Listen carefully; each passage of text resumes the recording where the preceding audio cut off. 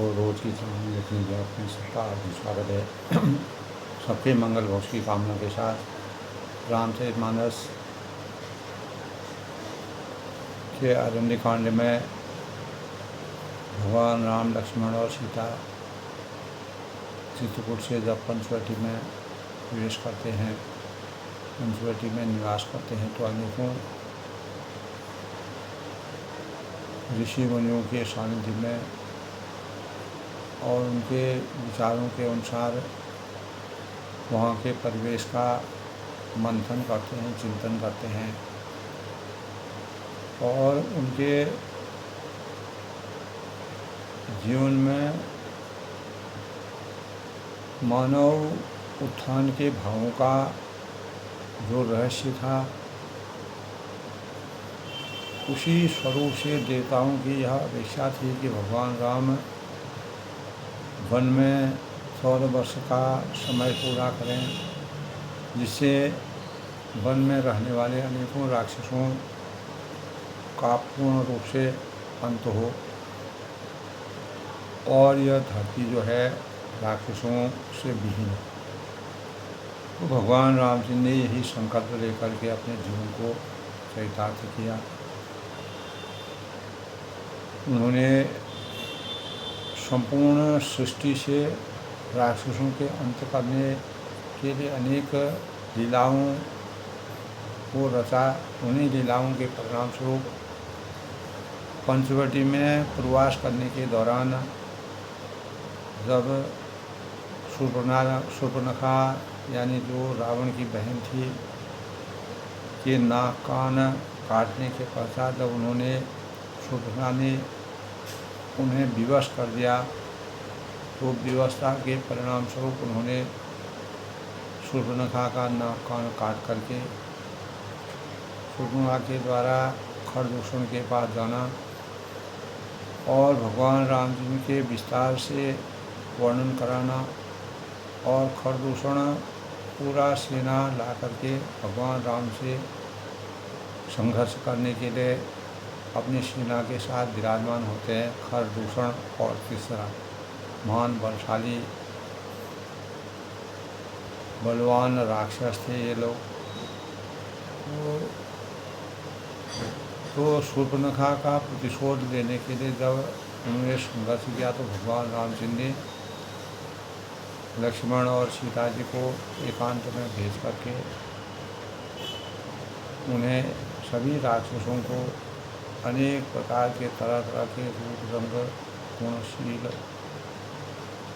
और अलग अलग प्रकार के आकृतियों से रावण यानी रावण की सेना जो थी वह राक्षसी माया में 14,000 राक्षस थे और इसमें खरदूषण तीसरा नाम के महान योद्धा थे। तो उनका एक ही बाण से शतविक्षत उनको कर दिया और भगवान राम जी ने सभी को मोक्ष की प्राप्ति कर दी कि ताकि दूसरी बार यह पृथ्वी में जन्म न लें, और जिसके परिणाम स्वरूप अनेकों ऋषि हैं, मुनि हैं, देवी हैं, देवता हैं, नर हैं, गंधर्व हैं, तो किसी के भी जीवन में किसी प्रकार का आतताई माहौल न हो। तो जब खरदूषण और का वध भी भगवान ने कर दिया, अनेकों राक्षसों का अंत कर दिया, तब शूर्पणखा रावण के पास गई। रावण लंका का सबसे बड़ा राजा था, लंकापति रावण जिसको कहते हैं, 10 शीष और 20 भुजाओं से संपन्न। तो रावण ने जब शूर्पणखा की बातें विस्तार से सुनी, भगवान के प्रचंड स्वरूप को देखा, तब उन्होंने कहा कि इस संसार में, इस धरती में मेरे बराबर बलशाली कोई है नहीं। देवता है, मनुष्य है, गंधर्व है, तो ये सब मेरे अधीन रहते हैं। या तो इस धरती में कोई इस प्रकार का अवतारी पैदा हो गया है जिससे खरदूषण और तीसरा जैसे मेरी समान बलशाली योद्धाओं का अंत किया। तो अब रावण भगवान रामचंद्र ने सीता जी के से संपर्क स्थापित करके लक्ष्मण जी को, जब कंदमूल फल खाने लक्ष्मण जी गए थे जंगल में, वन में, तो सीता जी से नर लीला करने के भावों का संचार किया। क्योंकि वन में अनेकों राक्षसों का अंत करने के लिए कुछ न कुछ उपाय करना उनको सूझा जिससे राक्षसों का अंत हो। तो भगवान राम जी ने नर लीला करके माता सीता को अग्नि में प्रवेश संभालने के लिए कहा। तब राक्षस यानी रावण का हृदय परिवर्तन करके उसे साधु के वेश में मार्ची का सहारा लेकर के वह सोने का मृग बनकर मार्ची को समझाने पर बुझाने पर मार्ची अपना रूप परिवर्तन कर लेता था। मायाई अनेक मायाई विद्याओं से राक्षसों को मायावी विद्याओं का ज्ञान था। वो अपने वो रूप परिवर्तन करने में निपुण थे। तो मारीची वैसे तो भगवान रामचंद्र का भक्त था, लेकिन रावण के अनुग्रह करने पर वह विवश हो गया और उसने सोने का मृग बनकर वह पंचवटी में आया। तब माता सीता का मन उस हिरण पर आया जो माता सीता की परछाई थी। तो नर लीला करने के लिए भगवान ने सीता के मन को आकर्षित करके उस मृग को पाने की इच्छा जाहिर की। तत्पश्चात भगवान राम उस हिरण के पीछे दौड़े और कुछ ही दूर जाने पर रावण ने मार्ची को बताया था कि तुम हा राम हा लक्ष्मण की आवाज़ करना। तो ऐसा करने पर सीता जी चिंतित हो गई। तब उन्होंने लक्ष्मण को भगवान राम की रक्षा करने के लिए भेज दिया। तब लक्ष्मण जी ने अपने बाण से लक्ष्मण रेखा खींच करके सीता जी को बाहर आने के लिए मजबूर मना किया। लेकिन रावण जब भिक्षा लेने के लिए अपना रूप परिवर्तन करके छल करके पंचवटी में आया तो सीता जी से उसने कहा कि मैं बंद भिक्षा नहीं देता हूँ, आप बाहर आइए और भिक्षा दिए। लेकिन सीता जी समझ नहीं पाई। जैसे ही सीता जी भिक्षा लेने के लिए रावण को बाहर आई तो रावण ने उनका आंचल पकड़ लिया और वह जो है, तब सीता ने कहा कि भगवान राम आने वाले हैं तो उस दुष्ट को समाप्त कर देंगे। लेकिन देर हो गई थी। रावण ने अपने विमान में बैठा करके अपना असली रूप दिखा करके माता सीता को वह यानी अपने लोक को ले जाता है। तभी कहा है क्रोधवंत तब रावण तीन ही रथ बैठाए, चला गगन पथ आतुर भैरथ हाथ में जाए। तो फिर क्रोध में भरकर रावण ने सीता जी को रथ पर बैठा लिया और वह वही बड़ी उतावली कर रहा था क्योंकि उसको संदेह था कि कहीं भगवान राम आ न जाएं। तो आकाश मार्ग से वह चला गया, किंतु डर के मारे उसने रथ हाँका नहीं। उसके कारण से रथ हाँका नहीं जा रहा था। वह बहुत ही व्याकुल था, क्योंकि गलत कार्य करना, स्त्री का हरण करना, तो रामचरितमानस की सीता हरण जब होता है उनकी परछाई को, यहीं से भगवान रामचंद्र जी अनेकों प्रकार की नरलीला करते हैं। प्रसंग वहाँ से शुरू होता है दोस्तों, जब सीता जी उस परम सुंदर मारीची अपने रूप परिवर्तन करके मृग सोने का मृग बनकर यानी पंचवटी के पास आता है, जहाँ सीता जी, राम और लक्ष्मण विराजमान थे। तो सीता जी ने उस हिरण को देखा, तो जिससे उनके अंग अंग को बड़ा अत्यंत ही मनोहर व लगने लगा। तो वे कहने लगी कि हे देव, हे कृपालु रघुवीर, सुनिए, इस मृग की चाल बहुत ही सुंदर है। और जानकी जी ने कहा कि हे अवध पति सत्य प्रतिज्ञ प्रभु, इसको मार कर इसका चमड़ा ला दीजिए। तब श्री रघुनाथ जी ने मारीच के कपट मृग बनने का सब कारण जानते हुए भी, क्योंकि नर लीला उनको करनी थी, देवताओं का कार्य बनाने के लिए वह हर्षित होकर उठे। तब हिरण को देखकर श्री राम जी ने कमर में फेंटा बांधा और हाथ में धनुष लेकर उस पर सुंदर दिव्य बाण चढ़ाया, संधान किया। फिर प्रभु ने लक्ष्मण जी को समझाकर कहा कि हे भाई,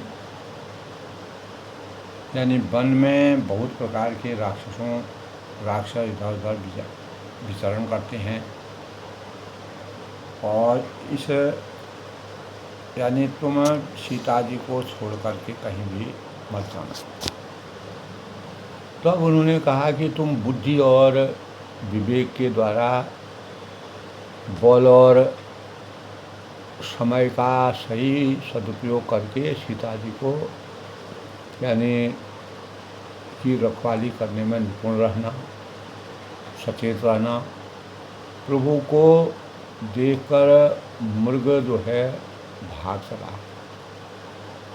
श्री रामचंद्र जी भी धनुष बाण लेकर उसके पीछे पीछे गए, क्योंकि मारीची भगवान राम जी का यूँ तो भक्त था, लेकिन रावण के कथनानुसार उसने कहा कि मैं रावण के हाथ से मृत्यु के, अगर भगवान रामचंद्र के हाथ से मेरी मृत्यु होगी तो मेरा मोक्ष प्राप्त होगा, मैं धन्य हो जाऊँगा, मैं अवभागी हो जाऊँगा। तो वेद जिसके विषय में नेति नेति कहकर रह जाते हैं, और शिवजी भी जिन्हें ध्यान में नहीं ला पाते हैं, अर्थात जो मन और वाणी से नितांत परे हैं, तो वे ही श्री रामचंद्र जी माया में बने हुए मृग के पीछे दौड़ रहे हैं, उस पर आकर्षित हो रहे हैं। यह माया का ही रूप है, वह कभी निकट आ जाता है, कभी दूर भाग जाता है, कभी प्रकट हो जाता है, कभी अप्रकट हो जाता है। तो विभिन्न प्रकार के स्वरूप उसके दिखाई देते हैं। तब इस प्रकार प्रगट दुरत करत सल भूरी, यही विधि प्रभु ही गयों ले दूरी। तब तहि राम कठिन सर मारा, धरनि पर्यों करी घोर पारा। तो इस प्रकार प्रकट होता है और छिपता हुआ तथा बहुत प्रकार से छल करता हुआ वह प्रभु को दूर तक ले गया। तब भगवान श्री राम जी ने ताक कर निशाना मारकर साध कर कठोर बाण मारा, जिसके लगते ही वह घोर शब्द करके पृथ्वी पर गिर पड़ा।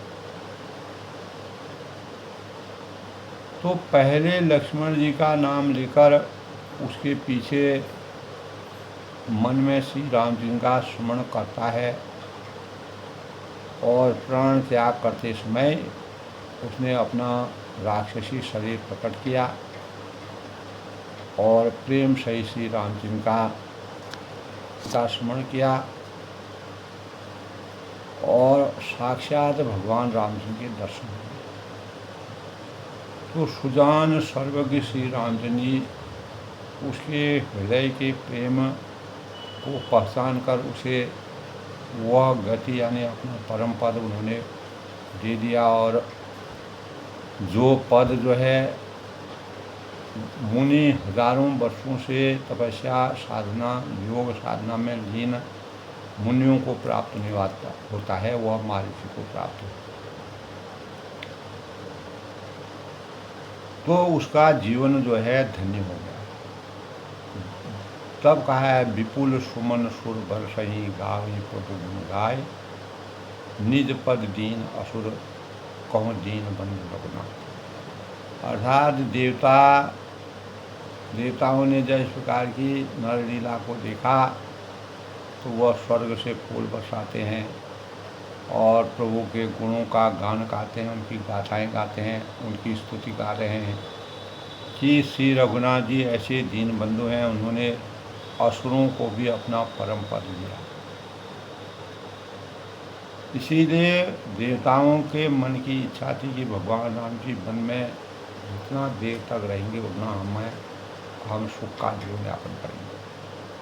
हर प्रकार के चर है, अचर है, जीव है, जंतु है, नर है, देवता है, गण है, गंधर्व हैं, सभी सुख की अनुभूति करते हैं और प्रकृति का परिवेश भी अद्भुत हो जाता है। तो दुष्ट मारीची को मारकर श्री रघुनाथ जी तुरंत लौट पड़े और हाथ में धनुष और कमर में तरकस अपार शोभा दे रहा है। इधर जब सीता जी को दुख भरी वाणी मरते समय जब मारा गया कि हा लक्ष्मण हा राम कहने की आवाज़ सुनी तो बहुत ही भयभीत होकर लक्ष्मण जी कहने लगी। लक्ष्मण जी से सीता जी ने कहा जाहु बेग संकट अति भ्राता लक्ष्मण कहा सुन माता भुगुट विलास सृष्टि लय हुई सपने संकट परे सोई। लक्ष्मण जी को पूर्ण आस्था थी और भगवान राम जी ने उनको समझा करके कहा था, लेकिन स्त्री स्वभाव होने के परिणाम स्वरूप भगवान राम जी की लीला थी। तो सीता जी ने लक्ष्मण से कहा कि तुम शीघ्र जाओ, तुम्हारे भाई जो है बड़े संकट में हैं। और लक्ष्मण जी ने हंसकर कहा कि माता सुनो, जिनके भ्रुकुटी विलास यानी भ्रूणों के इशारे मात्र से सारी सृष्टि का प्रलय हो जाता है, क्या उनको कोई कष्ट दे सकता है? वह कभी कष्ट में नहीं हो सकते। तो स्वप्न में भी वह संकट में नहीं हो सकते। लेकिन इस पर जब सीता जी ने कुछ मर्म गलत वचन कह दिए और हृदय में चुभने वाले वचन कहे, तब लक्ष्मण जी की मजबूरी थी तो कहने लगे कि तब भगवान की प्रेरणा से लक्ष्मण जी का मन भी बदलना स्वाभाविक था, चंचल हो गया। वे सीता जी को वन और दिशाओं और देवताओं के सुपुर्द करके को सौंप कर जहाँ भगवान रामचंद्र जी गए थे उसी दिशा में चले गए। तब रावण ने सुना कि मौका देखकर सन्यासी बनकर रावण अपने और सीता जी के समीप आया और आवा निकट जति के वेशा और वह साधु के वेश में देवता और दैत्य इतना डरते हैं कि वह रात को भी नींद नहीं आती है और दिन में भरपेट भोजन नहीं खाते हैं। सून बीच दशकंदर देखा, आवा निकट जटी के वेशा। जब दशकंदर साधु के वेश में सीता जी के पास आया, जाके नर सुर असुर आए, इसके भय से देवता और राक्षस सब पूर्ण रूप से यानी इस प्रकार से भयावह रहते थे।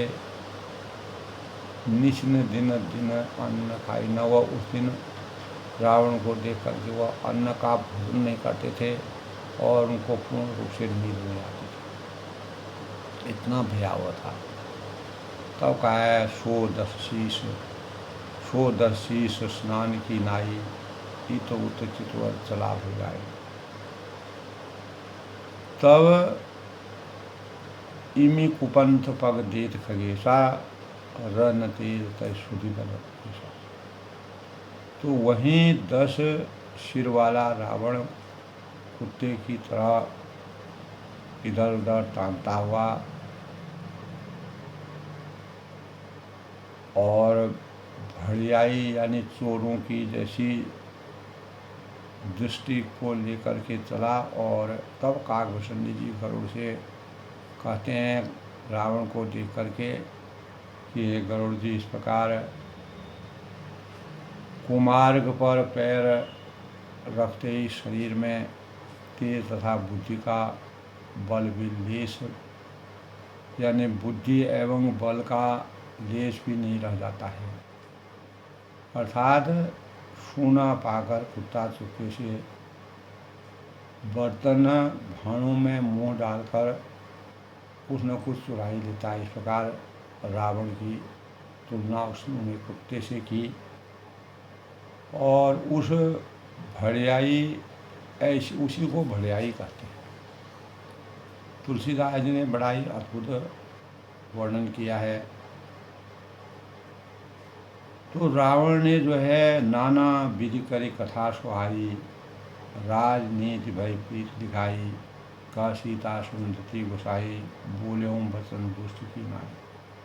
तब रावण ने अनेकों प्रकार की सुहावनी कथाएं रचकर सीता जी को राजनीति का भय और प्रेम दिखलाया।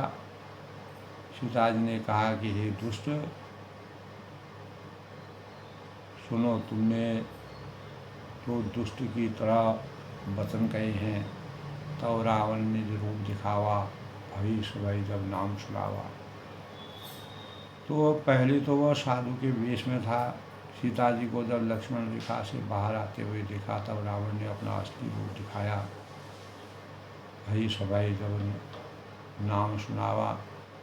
और जब रावण ने लंकापति रावण का नाम सुनाया, जिसको भगवान राम जी ने चुनौती दी थी, का सीता धर धीरज गाड़ा, आय गयों कल गाड़ा। तब सीता जी ने अपने अंतःकरण में सोचा कि जब रावण को अपना असली रूप रावण ने दिखलाया, तब अपना नाम सुनाया, तब सीता जी जो है भयभीत हो गई और उन्होंने गहरा धीरज धरा। धैर्य धरना जरूरी था। तब उन्होंने कहा कि अरे दुष्ट, खड़ा तो रह, प्रभु आ रहे हैं।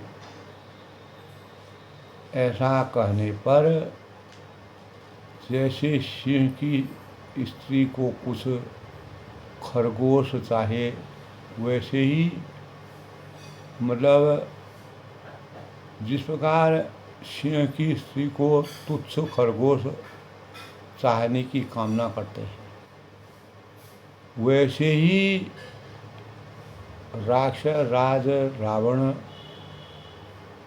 तू मेरी चाह करके काल के बस में वशीभूत हो गया है, तेरा काल निकट है। तो ये वचन सुनते ही रावण बड़ा क्रोध में आया। सीता जी ने और सीता जी उसके भय से बिल्कुल भी भयभीत नहीं हुई। उन्होंने अपने मन की बातें कही, परंतु मन में अपने सीता जी ने कि भगवान का वंदन किया, भगवान राम जी और सुख की अनुभूति की।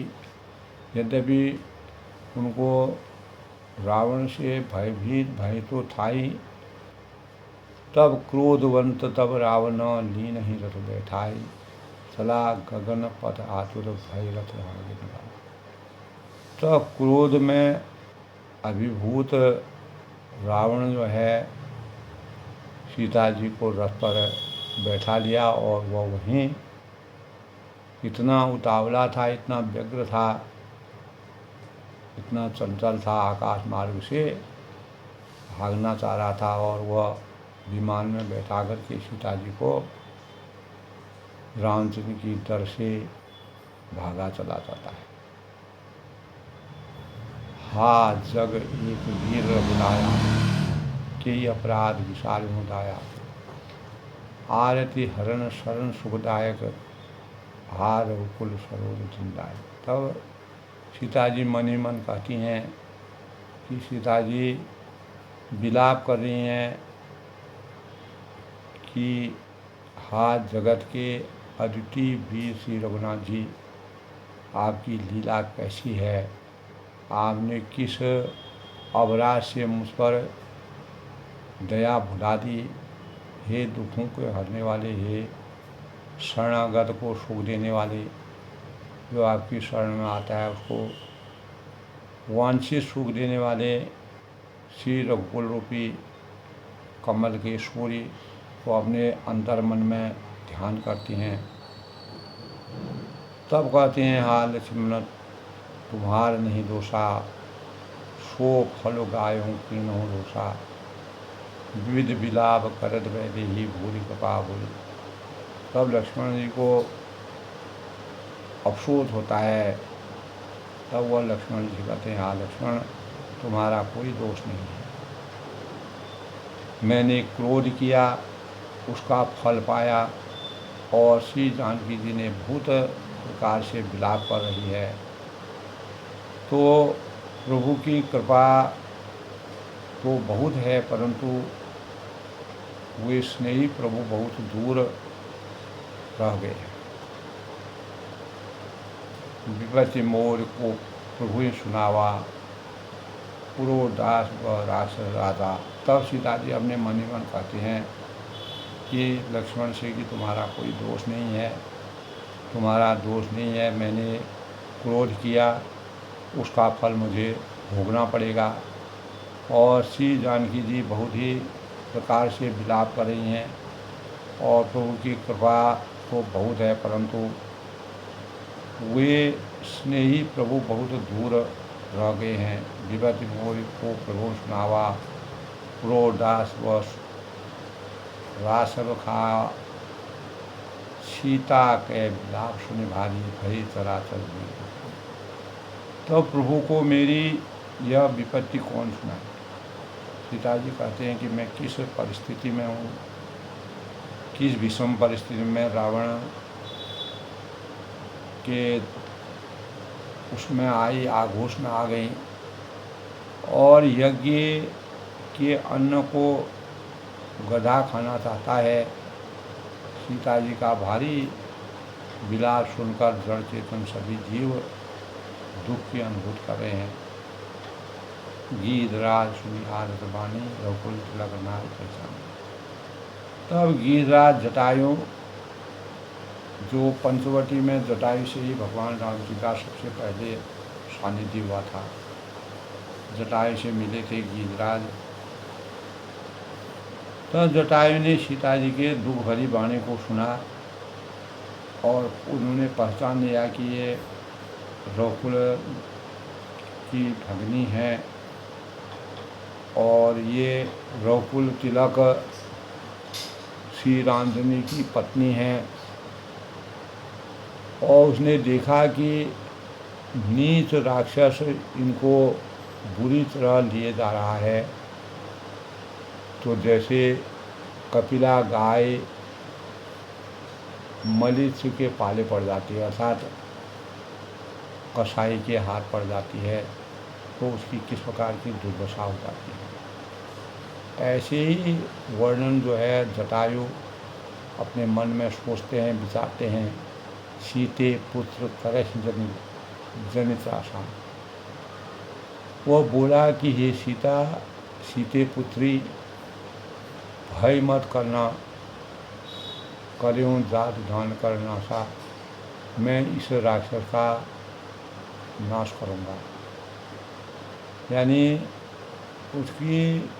उसका मनोबल बढ़ता है, उसको शक्ति आती है, लेकिन रावण के साथ उसका रावण भयानक है, बलशाली है, धावा क्रोधवंत खग जैसे। सीता जी की इस प्रकार को ले जाते हुए देखकर वह ऐसा कहकर वह पक्षी क्रोध से भरकर रावण के पीछे पीछे दौड़ता है, जैसे पर्वत की ओर वज्र छूटता है उसी प्रकार वह उसने प्रहार किया रावण को। रे रे दुष्ट ठाड़ क्यों होई।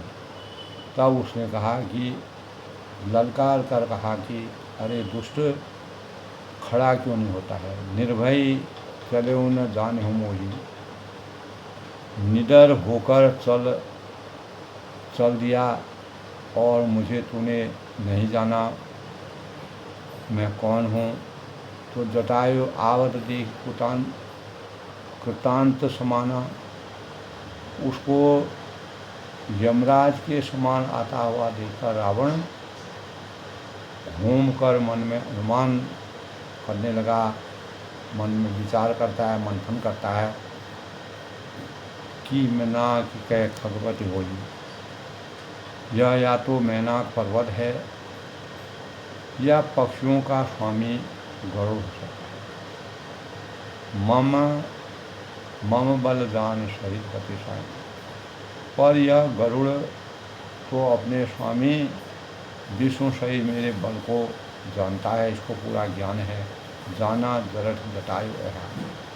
तो उसने कहा कुछ पास जाने पर रावण ने उसे पहचान लिया और बोला कि यह तो बूढ़ा जटायु है, यह मेरे हाथ की तीर्थ में शरीर छोड़ेगा, यानी इसका मेरा हाथ इसके लिए तीर्थ का कार्य करेगा, यह मोक्ष की प्राप्ति नहीं कर सकता है, इसके प्राण में ही पकड़े हुआ है।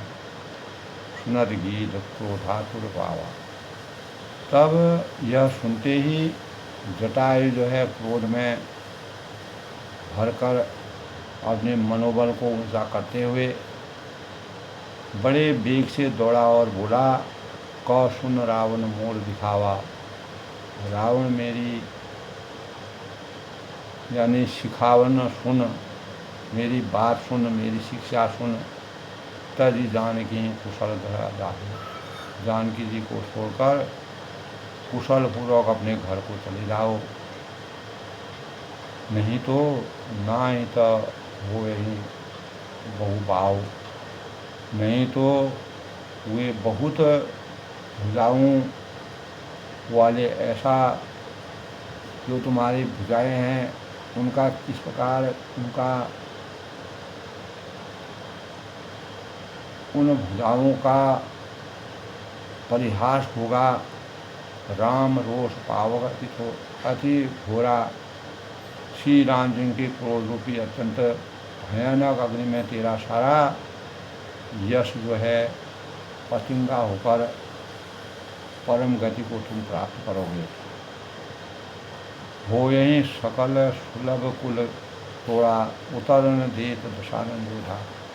योद्धा रावण कुछ भी उत्तर नहीं देता है। जटायु ने अनेक भावों से भगवान राम जी के स्वरूप का मनन किया, चिंतन किया, उनके शौर्य का वर्णन किया। तब गीध धावा करी क्रोधा, तब गीध क्रोध करके उसके ऊपर दौड़ा। जब उसने चली, उनके सीख के अनुसार रावण को कोई भी असर नहीं हुआ।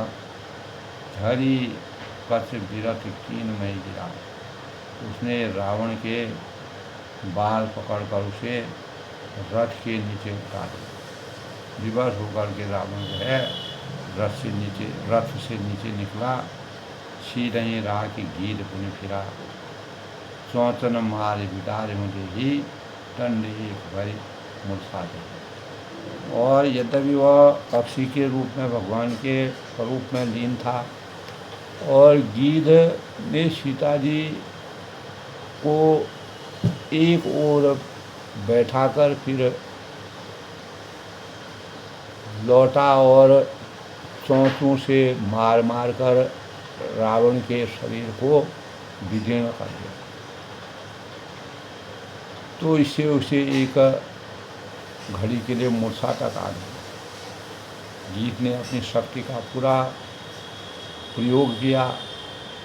तब सक्रोध निशिचर खिसियाना। तब खिसियाते हुए रावण क्रोध युक्त होकर अत्यंत ही भयानक कटार उसने निकाली, अपनी तलवार निकाली और काटे हूँ पंख पराखर धरनी खग धरनी। और उसने जटायु के पंख काटकर धरती पर डाल दिए।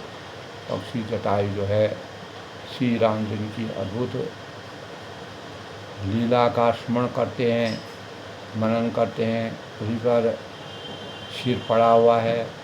रावण ने उनको अधमरा कर दिया।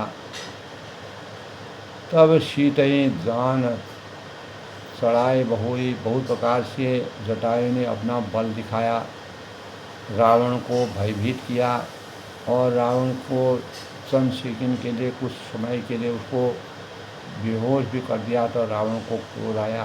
क्रोध आने का उसने अपनी तलवार निकाली, तलवार से जटायु के पंख काट करके उसको धरती पर गिरा दिया। तब जटायु ने भगवान रामचंद्र का स्मरण किया। सीतई जान बढ़ाई बहुरी, सीता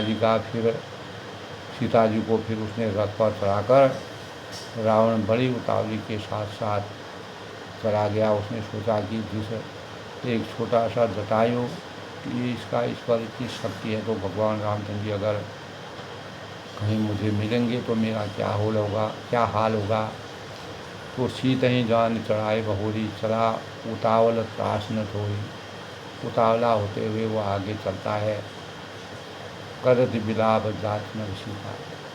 तब सीता जी आकाश मार्ग से विलाप करती हुई जा रही हैं और व्याध विवश जन्म मृगी सभिता, मानो व्याध के वश में पड़ी हुई, जिस प्रकार व्याध जो है अपने शिकार को अपने जाल में फंसा करके आगे ले जाता है, उस प्रकार रावण जो है अपने आगोश में लेकर के जाल में फंसी हुई इस प्रकार मछली होती है, वो बड़ी भयभीत होती है। हिरनी जिस प्रकार जाल में फंस जाती है, माता सीता का स्वरूप हिरनी के समान है। तो कोमल हिरनी जिस प्रकार की होती है, अगर वह जाल में फंस जाती है उसका क्या हाल हो जाता है। गिरी पर बैठे कपिल बिहारी। तब पर्वत पर बैठे हुए बंदरों को देखकर सीता जी ने हरि नाम लेकर कही हरि नाम दीन पटदारी, अपना एक वस्त्र जो है लाल वस्त्र जो है वहाँ पर डाल दिया बंदरों को देख करके। भगवान रामचंद्र की लीला है, नर लीला को कैसे तुलसीदास ने बड़ा ही अद्भुत वर्णन किया है। ये विधि सीतई सोलह गए और वह सीता जी को ले गया और उन्हें अशोक वन में जा। तब जब रावण जो है सीता जी ने अपना वस्त्र उन बंदरों के आगे डाला, उसके बाद रावण ने सीता जी को सीधे ले जा करके अपने महल में न रख के अशोक वन में रखवाया, एकांत जगह में। क्योंकि रावण जानता था भगवान रामचंद्र जी पवित्रता के प्रतीक हैं, सीता पवित्रता के प्रतीक है। यद्यपि रावण भगवान राम जी के शौर्य को जानता था, उसने भगवान राम जी से बैर लेने का सबसे बड़ा लक्ष्य यही था कि भगवान रामचंद्र जी वैसे उसका वध नहीं करेंगे। तो मोक्ष की प्राप्ति उसका सबसे बड़ा लक्ष्य था। इसीलिए उसने पूरा राक्षसों सहित अपने वंश का अंत किया। अंत तो गत्वा वैर भावों को अपना मूल बना करके और भगवान राम जी के हाथ से उसमें जो अमरत्व था उसको तब वह समाप्त हुआ, क्योंकि रावण को ऐसा वरदान था कि वह भगवान के अलावा किसी से भी उसका वध नहीं हो सकता है। हाय परा खल बहुविधि गए और पीत खाए, तब अशोक पादव तरह राखी जतन कराए। तब सीता जी को बहुत प्रकार से भय और प्रीति दिखाया कर जब वह दुष्ट हार गया, तब उन्हें यानी यत्र करके यानी सब व्यवस्था सब प्रयास करके ठीक करा करके अशोक वृक्ष के नीचे रख दिया, जिससे अपयश का भागी न बने, सीता जी पवित्रता की प्रतीक बनी रहे। यद्यपि भगवान राम जी ने सीता जी को अग्नि में प्रवेश कर दिया था, यह नरलीला थी। रावण का हृदय परिवर्तन किया। रावण ने उनमें सीता जी का ही स्वरूप देखा।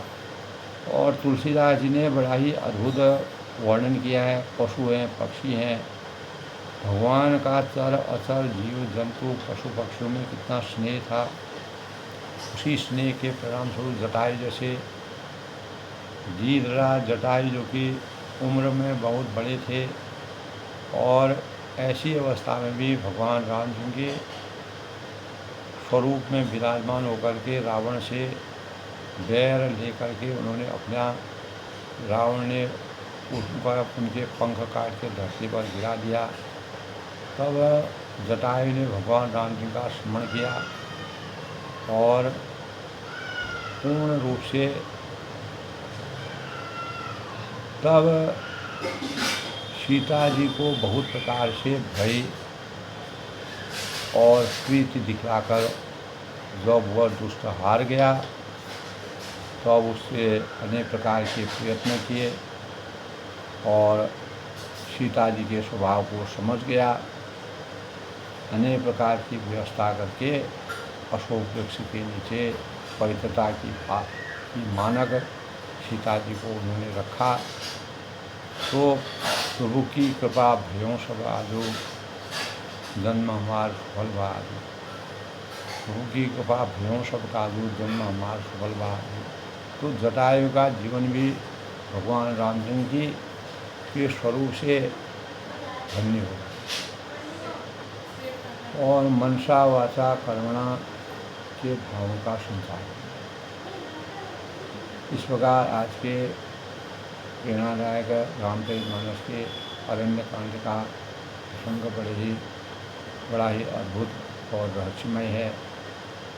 तो भगवान के स्वरूप का दर्शन करके प्रत्येक जीव जंतु में किस प्रकार की माया का प्रवाह होता है, उसका वर्णन बड़े ही रहस्यमय ढंग से किया है। आगे के प्रसंग कल की समीक्षा कल करते हैं। तब तक के लिए मैं सबका स्वागत करता हूँ, अभिनंदन करता हूँ। जय श्री राम के साथ में वाणी को विराम देते हुए तुलसीदास जी के द्वारा रचित अरण्यकांड में भगवान राम जी के वनवास में का जीवन किस प्रकार से अनेकों प्रकार के नरलीलाओं करके मानव चेतना को जगाने का प्रयास किया, यह बड़ा ही अद्भुत है, अद्वितीय है, अकल्पनीय है और बड़ा ही अस्मरणीय है।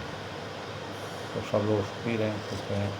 कल फिर मिलते हैं, तब तक के लिए सबका